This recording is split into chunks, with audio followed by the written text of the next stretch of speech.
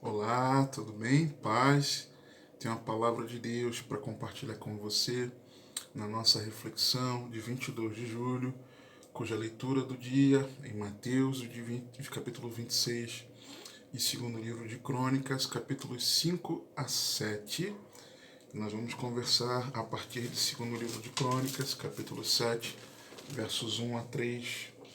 Pega a sua Bíblia, por favor, se você puder, e acompanhe comigo a leitura da santa e poderosa palavra de Deus. E, acabando Salomão de orar, desceu o fogo do céu e consumiu o holocausto e os sacrifícios, e a glória do Senhor encheu a casa.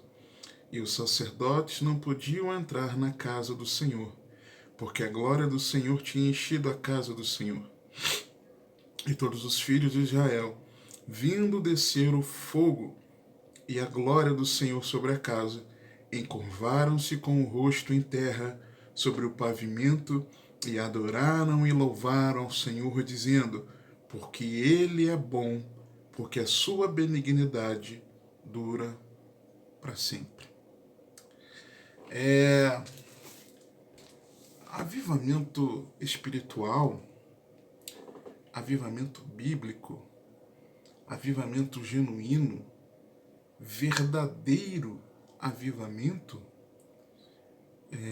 O termo avivamento, ele remete a tornar mais vivo, animado, desperto e forte.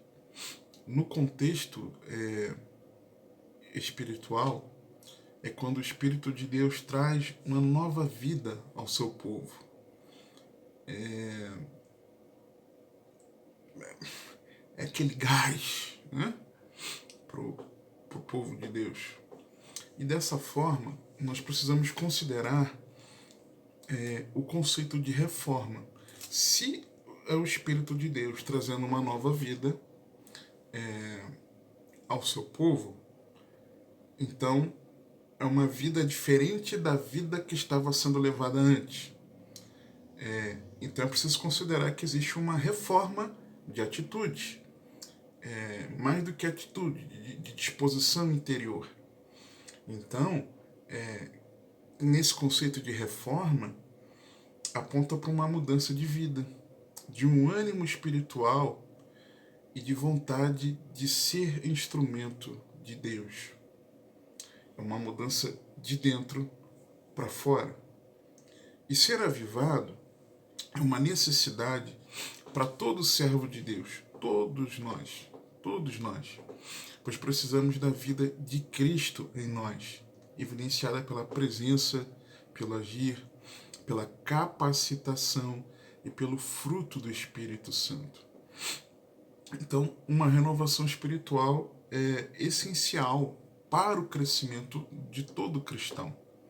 Só que aí eu preciso entrar num ponto delicado. Por quê?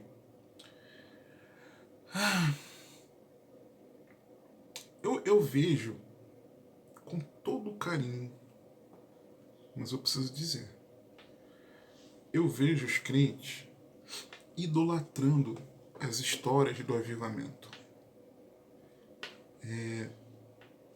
E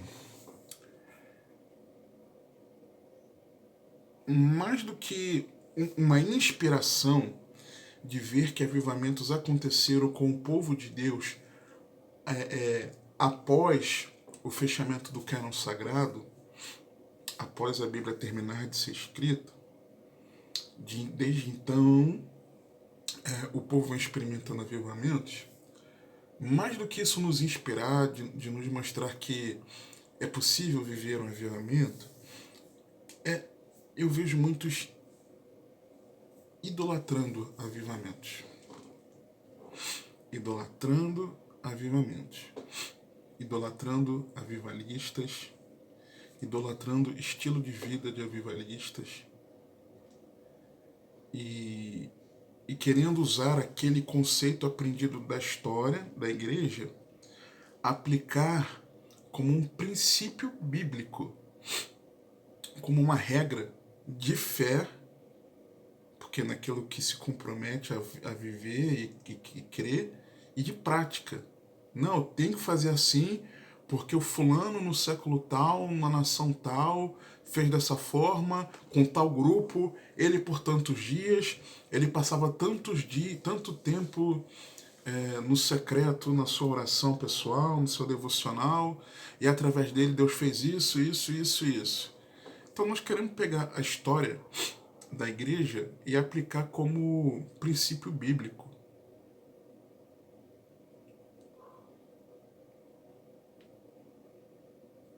É custoso falar isso aqui, mas eu tenho que falar.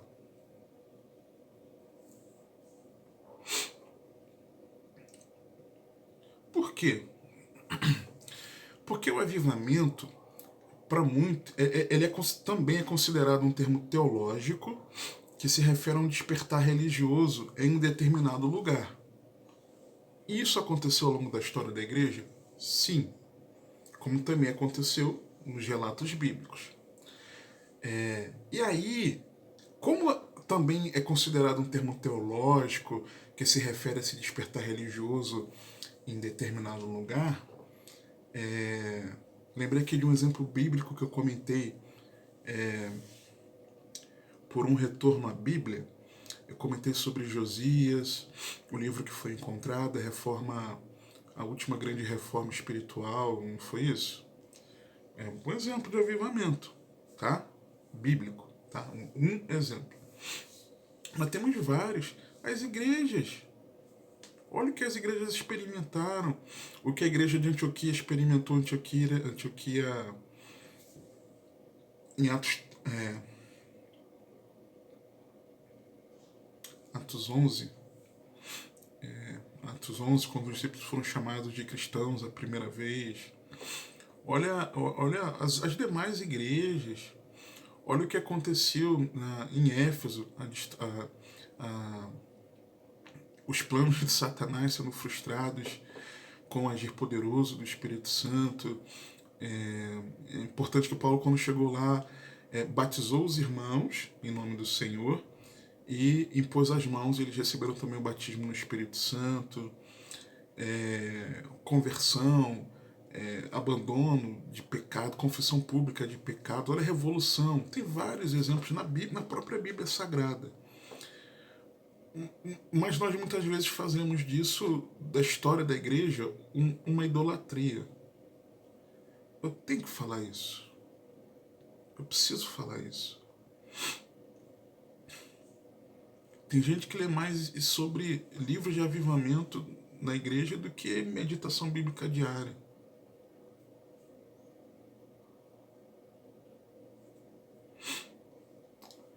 Bom, e aí, muitas pessoas associam o termo avivamento a movimentos de grande intensidade, de exaltação, de manifestações visíveis e poderosas. Oh, isso é avivamento.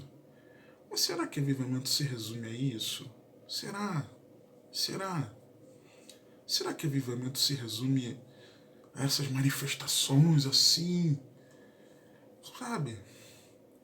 E outra, eu já falei mais detidamente, se eu não me engano, quando eu falei numa reflexão sobre Tiago, pacientes até a vinda do Senhor, algo assim, que eu falei sobre a chuva temporânea, a chuva serôdia, que elas significavam, elas serem essenciais na agricultura do Oriente Médio, por conta das características de solo, do clima, da natureza. Uma chuva pro plantio e a outra para o amadurecimento do fruto, e que o que está relacionado ali não é uma referência a um avivamento nos últimos dias, como muitos fizeram, defenderam isso com base em Joel 2, lembrando que os últimos dias se iniciaram com a primeira vinda de Cristo, com a instauração da nova aliança. Desde então nós já estamos nos últimos dias e desde então o Espírito Santo é derramado sobre o seu povo. Leia Atos 2, desde o início o Espírito é derramado sobre a igreja. Então o avivamento dos últimos dias já começou em Atos 2. Você entende isso, servo de Deus? São coisas que eu preciso falar. Não existe na Bíblia esse relato de o avivamento para os últimos dias. Se o texto usado for esse de Atos 2, já estamos vivendo isso desde o início da igreja. Desde o início. Desde o início. Tá? Ok? Então, será que o avivamento se resume a só esses movimentos de grande intensidade de exaltação, manifestações visíveis e poderosas? Na verdade, não seria o avivamento um processo de conversão espiritual motivado por Deus, em outras vezes um processo de restauração? E não é verdade que muitos individualmente já têm sido avivados, voltando-se à palavra de Deus? Você quer ver um grande exemplo?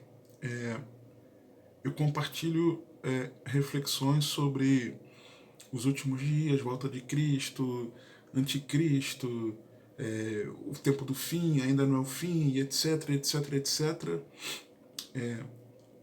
Existe um interesse naquela meditação, naquela reflexão. Você fala sobre a necessidade de arrependimento, você fala sobre santificação, você fala sobre o pecado.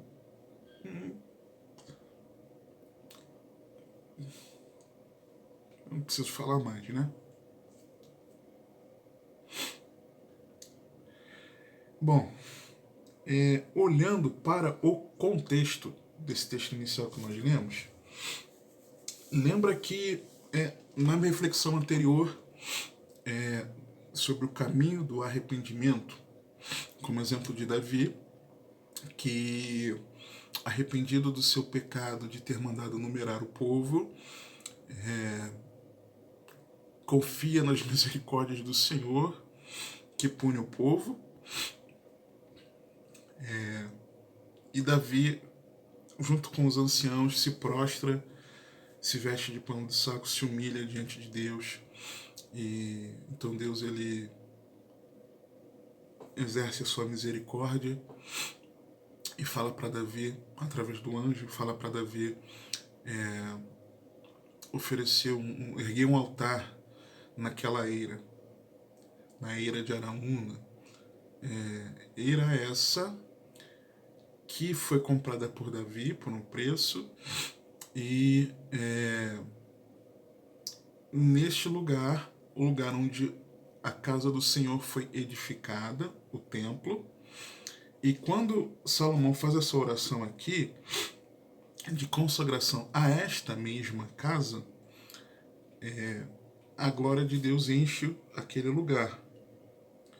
E é interessante, o texto fala aqui muito claro, ó. E acabando Salomão de orar, desceu o fogo do céu e consumiu o holocausto e os sacrifícios, e a glória do Senhor encheu a casa.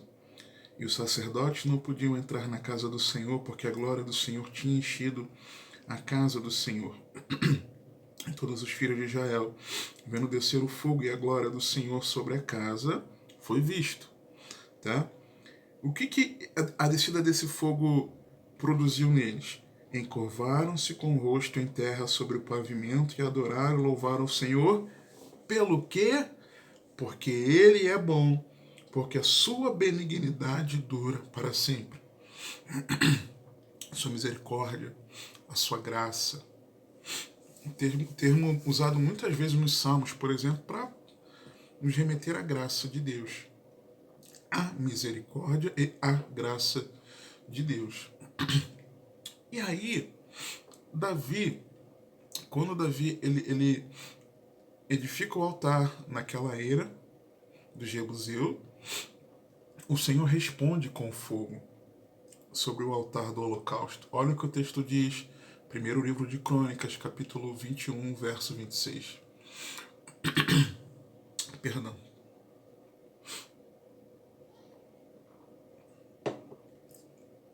Então Davi edificou ali um altar ao Senhor e ofereceu nele holocaustos e sacrifícios pacíficos, e invocou o Senhor, o qual lhe respondeu com fogo do céu sobre o altar do holocausto. Então, no mesmo lugar, Deus respondendo com fogo, com fogo. Ele respondeu com fogo quando Davi fez o quê? Seguiu um caminho de arrependimento. E no que isso relaciona-se com o que aconteceu aqui com Salomão, ao terminar de edificar a casa, orar ao Senhor e o Senhor responder com fogo? Antes, a glória de Deus havia enchido a casa quando eles louvaram em unidade. Segundo Crônicas capítulo 5, versos 13 e 14, diz assim: quando a arca é levada para o santuário do templo. E aconteceu, antes da oração de Salomão, tá?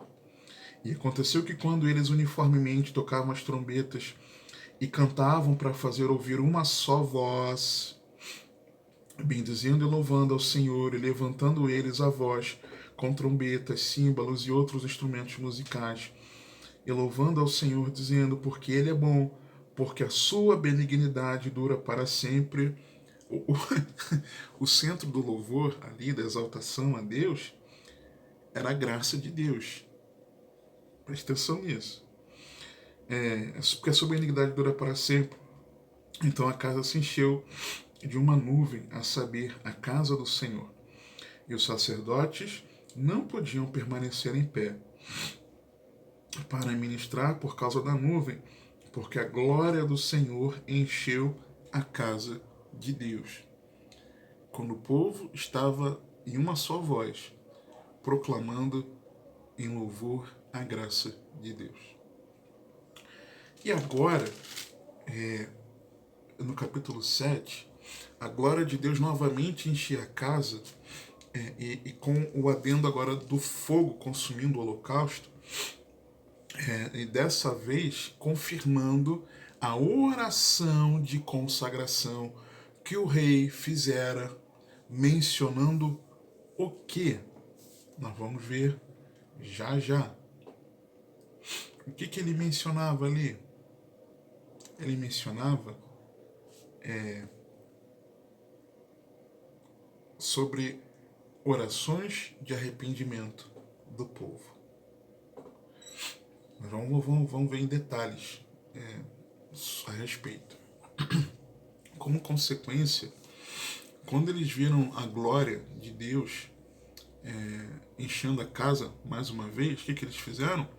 Tornaram a louvar ao Senhor pelo mesmo motivo, porque Ele é bom, porque a sua benignidade dura para sempre. E aí nós podemos prestar atenção no contexto dessa oração de Salomão e ver que ela é banhada falando sobre arrependimento, quebrantamento, orações de confissão de pecados, vida consagrada em total conversão a Deus. Você vê que o ambiente é esse. Esse é o ambiente. E aí, com fogo descendo do céu, consumindo o holocausto e o sacrifício, e a casa sendo cheia da glória de Deus, o Senhor sinalizou que recebeu aquela oração de consagração feita por Salomão. Deus respondeu com fogo, tá? Acabando Salomão de orar, desceu o fogo do céu. Um ponto. Quando nós vamos para o verso 11 do capítulo 7, nós vemos que agora o que Deus tinha sinalizado com fogo e a glória enchendo, agora Deus fala que ele aceitou aquela oração. Diz assim: assim Salomão acabou a casa do Senhor e a casa do rei, e tudo quanto Salomão intentou fazer na casa do Senhor e na sua casa prosperamente o efetuou. E o Senhor apareceu de noite a Salomão e disse-lhe: ouvi a tua oração e escolhi para mim este lugar para casa de sacrifício. Se eu fechar os céus e não houver chuva, ou se ordenar aos gafanhotos que consumam a terra, ou se enviar a peste entre o meu povo, e se o meu povo, que se chama pelo meu nome, se humilhar e orar e buscar a minha face e se converter dos seus maus caminhos, então eu ouvirei dos céus e perdoarei os seus pecados e sararei a sua terra. Agora estarão abertos os meus olhos e atentos os meus ouvidos à oração neste lugar, porque agora escolhi e santifiquei esta casa, separei, consagrei, para que o meu nome esteja nela perpetuamente.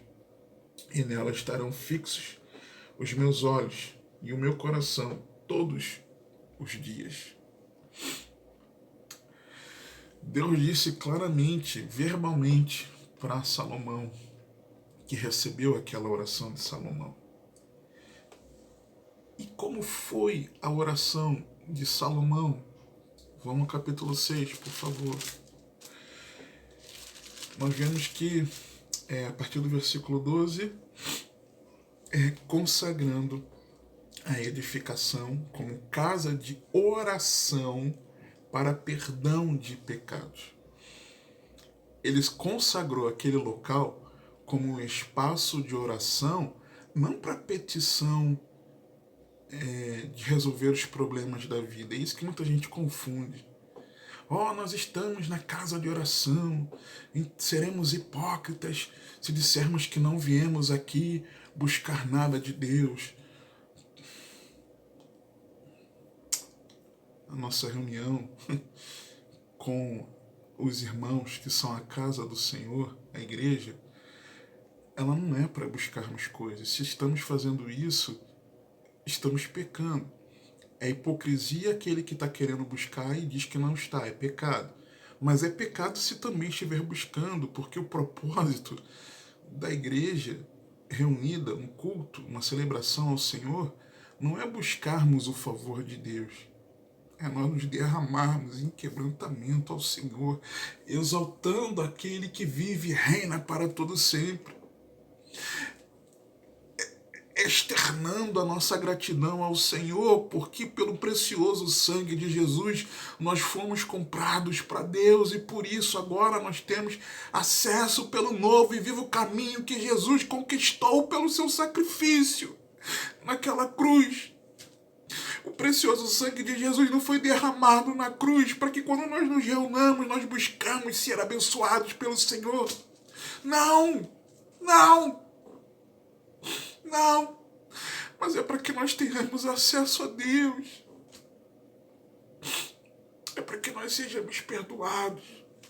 Para que nós sejamos transformados. Nós precisamos acordar para a vida. Então vamos lá. Versículo 12.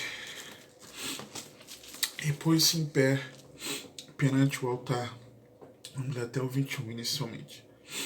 Na presença de toda a congregação de Israel, e estendeu as suas mãos, porque Salomão tinha feito uma plataforma de metal de 5 côvados de comprimento, de 5 côvados de largura, de 3 côvados de altura, e a tinha posto no meio do pátio, pôs-se em pé sobre ela e ajoelhou-se em presença de toda a congregação de Israel, e estendeu as suas mãos para o céu e disse: Ó Senhor Deus de Israel, não há Deus semelhante a ti, nem nos céus, nem na terra, que guardas a aliança e a beneficência aos teus servos, que caminham perante ti de todo o seu coração.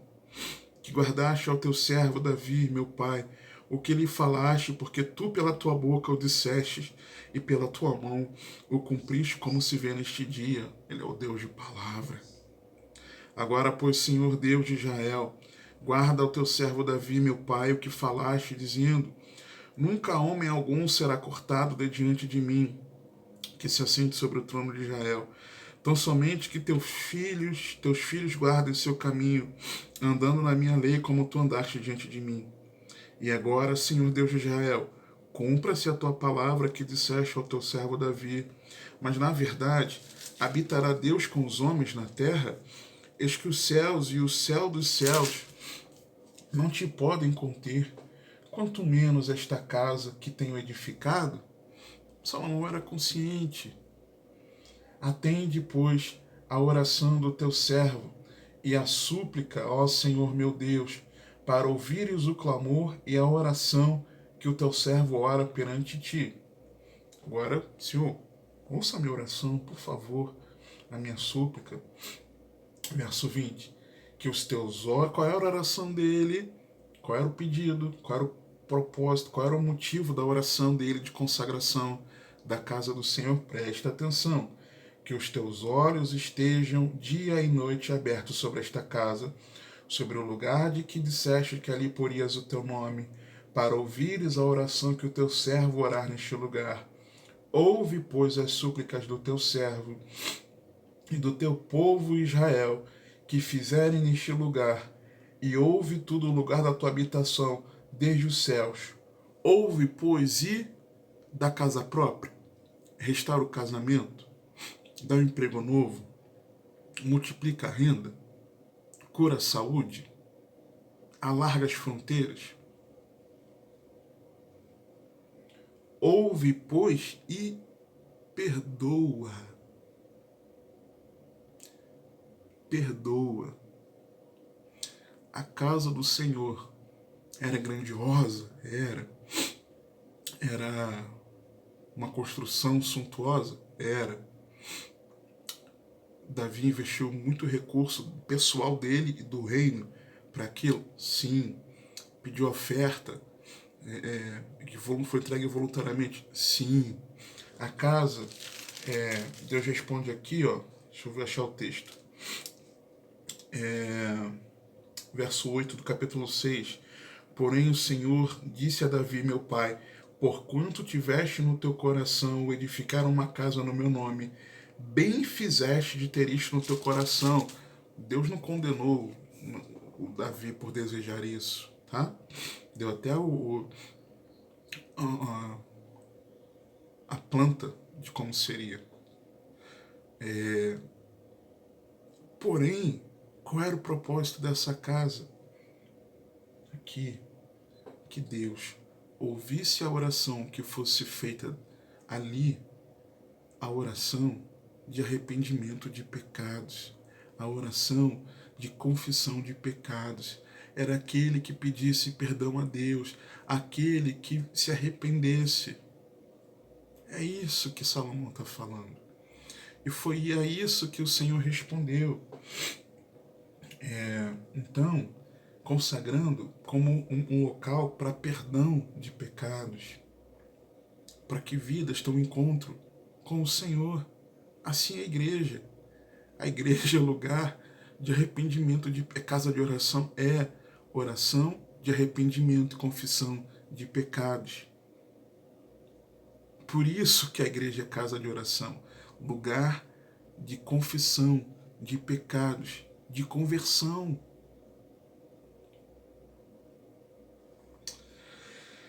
E aí vemos que o perdão, ele é indivíduo, para o indivíduo e também para o coletivo, versos 22 a 25.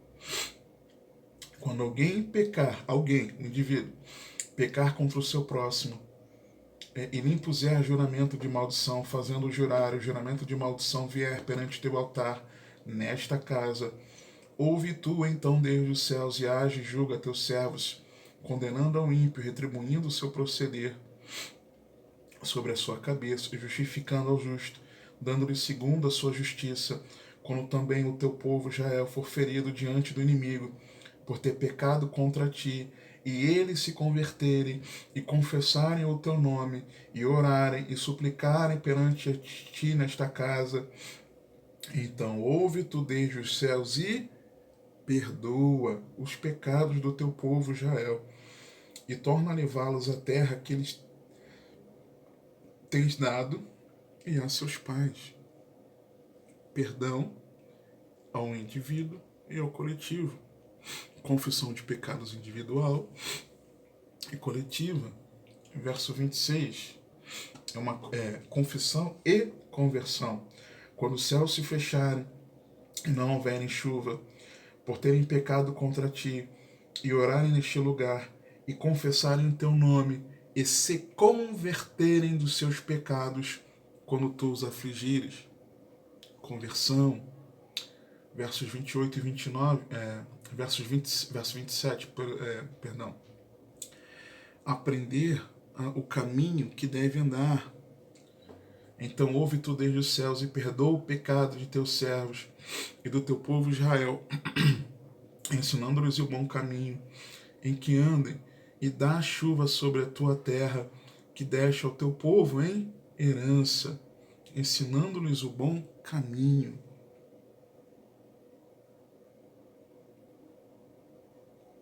Lugar de arrependimento individual, coletivo, confissão, conversão e de aprender o caminho que deve andar. Versos 28 e 29, reconhecendo suas misérias, individual e coletivamente. Quando houver fome na terra, quando houver peste, quando houver queima de seara, ou ferrugem, gafanhotos ou lagarta, cercando alguns dos seus inimigos nas terras das suas portas, ou quando houver qualquer praga ou qualquer enfermidade, toda a oração e toda a súplica que qualquer homem fizer, ou todo o teu povo Israel, conhecendo cada um a sua praga e a sua dor, e estendendo as suas mãos para esta casa.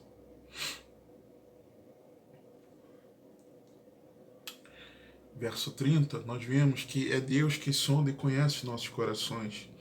Então, ouve tu desde os céus, do assento da tua habitação, e perdoa, e dá a cada um conforme a todos os seus caminhos, segundo conheces o seu coração. Pois só tu conheces o coração dos filhos dos homens. Esse é um arrependimento sincero. Arrependimento sincero. Porque Deus é que sonda, nos conhece, por isso precisamos pedir. Senhor, se tu sondas e conheces meu coração, vê se há em mim algum caminho mau e guia-me ao caminho eterno. Lembra do Salmo? Então, verso 31, nós vemos o contínuo andar em temor, vivendo para a glória de Deus. E não é apenas para aquele momento pós-perdão. É igual quando eu confessava o pecado do acesso à pornografia, da masturbação, vinha aquele remorso e tal, pedia perdão, e ufa, agora fui perdoado. E talvez, dependendo, não muito tempo depois, já estava na prática novamente. Então, não são lapsos de temor a Deus, mas é um andar em temor a Deus, vivendo para a glória de Deus, não apenas o momento após perdão. Veja aqui, a fim de que te temam para andarem nos teus caminhos, quando? Todos os dias que viverem na terra que deste a nossos pais. Você está entendendo? Versos 32 e 33 nos mostram que a oportunidade de arrependimentos é para todos. E o perdão é sem acepção de pessoas. Assim também ao estrangeiro que não for do teu povo Israel, quando vier de terras remotas por amor do teu grande nome e da tua poderosa mão e do teu braço estendido, vindo eles e orando nesta casa, então ouve tu desde os céus, do assento da tua habitação, e faz conforme tudo que o estrangeiro te suplicar, a fim de que todos os povos da terra conheçam o teu nome e te temam, como o teu povo Israel, a fim de saberem que pelo teu nome é chamada esta casa que edifiquei. Então, oportunidade de arrependimento para todos, sem acepção. Versos 36 a 39, nós vemos aqui que todos pecaram. Não há quem não peque. Muitos não reconhecem a necessidade de arrependimento, mas não há quem não peque. 1 João já nos diz isso claramente. Se dissermos que não temos pecado, fazemos-lo mentiroso, e a sua verdade não está em nós. Diz assim em verso 36 em diante: quando pecarem contra ti, pois não há homem que não peque. Isso é a verdade desde o Antigo Testamento, querido. E tu te indignares contra eles e os entregares diante do inimigo, para que para que os cativarem os levem em cativeiro para alguma terra remota ou vizinha, e na terra para onde forem levados em cativeiro, caírem em si e se converterem, e na terra do seu cativeiro a ti suplicarem, dizendo: pecamos perversamente, procedemos e impiamente agimos, e se converterem a ti com todo o seu coração e com toda a sua alma na terra do seu cativeiro, que os levarem presos e orarem para o lado da sua terra que deste a seus pais, e para esta cidade que escolheste, e para esta casa que edifiquei ao teu nome. Ouve então desde os céus, do assento da tua habitação, a sua oração e as suas súplicas, e executa o seu direito e perdoa ao teu povo que houver pecado contra ti. Todos pecaram. Precisamos reconhecer isso. Parar com esse fingimento. Não tenho do que me arrepender. Tem da mentira, para começar. Da hipocrisia. Também temos.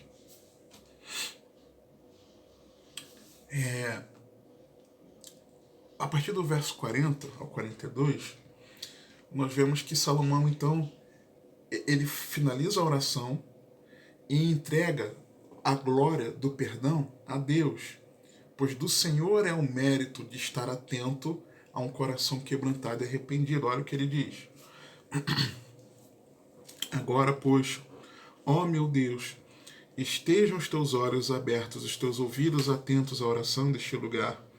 Levanta-te, pois, agora, Senhor Deus, para o teu repouso, tu e a arca da tua fortaleza, os teus sacerdotes, ó Senhor Deus, sejam vestidos de salvação, os teus santos se alegrem do bem. Ó Senhor Deus, não faças virar o rosto do teu ungido. Lembra-te das misericórdias de Davi, teu servo. O verdadeiro avivamento não vem por meio de belas canções, aqueles mantras, ou então uma letra bíblica maravilhosa, a melodia que envolve, que emociona. Não, avivamento não vem por isso.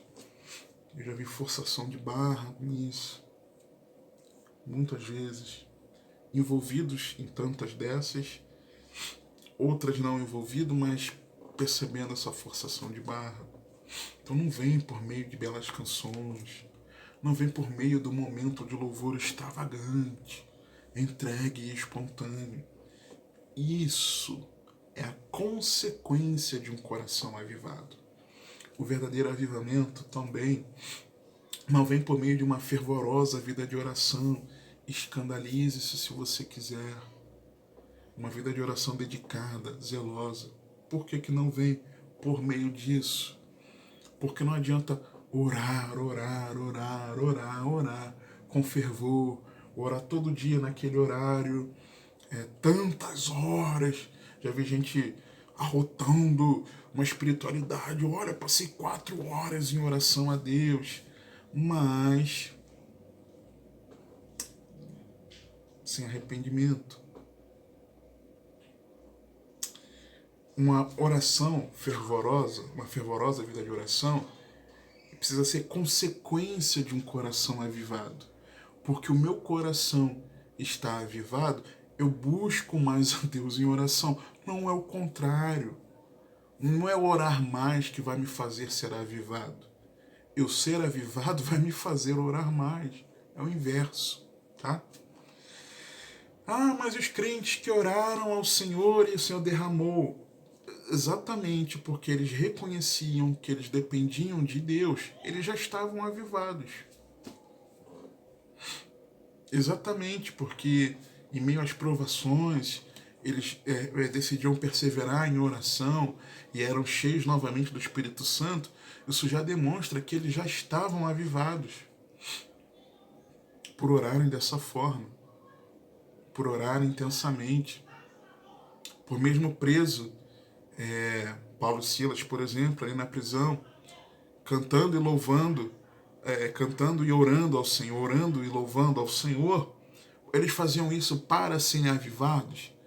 Porque vinha um terremoto e eles ficaram avivados. Não, eles faziam isso porque eles já estavam avivados. Acorda, crente. eles já estavam avivados. É diferente. Eu não oro para ser avivado, a não ser que seja essa oração de Salomão, ok? O verdadeiro avivamento não vem por meio de uma leitura bíblica zelosa. Você pode ler toda a Bíblia 200 vezes por ano. Isso precisa ser consequência de um coração avivado. O verdadeiro avivamento vem quando um coração quebrantado quer eliminar a barreira. Lembra que avivamento é a vida de Deus em nós? Vida de Deus em nós. O verdadeiro avivamento vem quando um coração quebrantado quer eliminar a barreira que o impede de ter vida com Deus. E o que é que nos impede de nós termos acesso a Deus? Pecado. O verdadeiro avivamento vem quando o coração quebrantado quer receber o perdão de seus pecados. Quando ele se arrepende.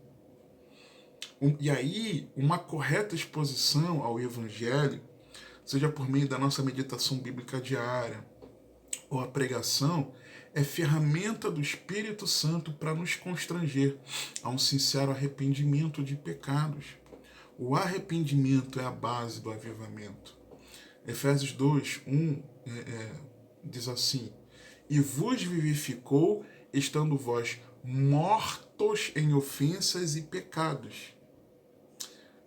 Versículo 4.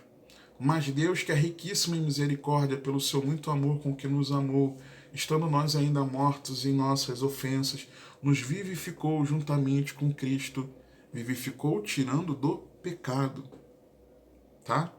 Juntamente com Cristo, pela graça sois salvos, e nos ressuscitou juntamente com Ele, nos fez assentar nos lugares celestiais em Cristo Jesus.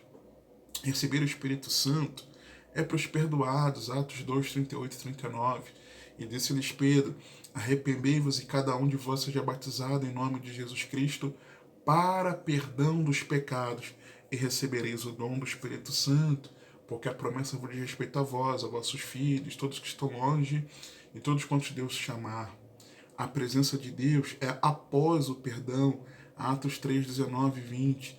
Arrependei-vos, pois, e convertei-vos para que sejam apagados os vossos pecados, e venham assim os tempos do refrigério pela presença do Senhor, e envie Ele a Jesus Cristo, que já dantes foi pregado.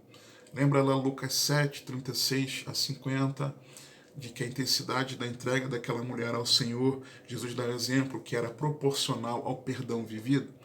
A intensidade do avivar dela era proporcional à compreensão do perdão que recebeu. É diferente. É diferente. O arrependimento é a base do verdadeiro avivamento.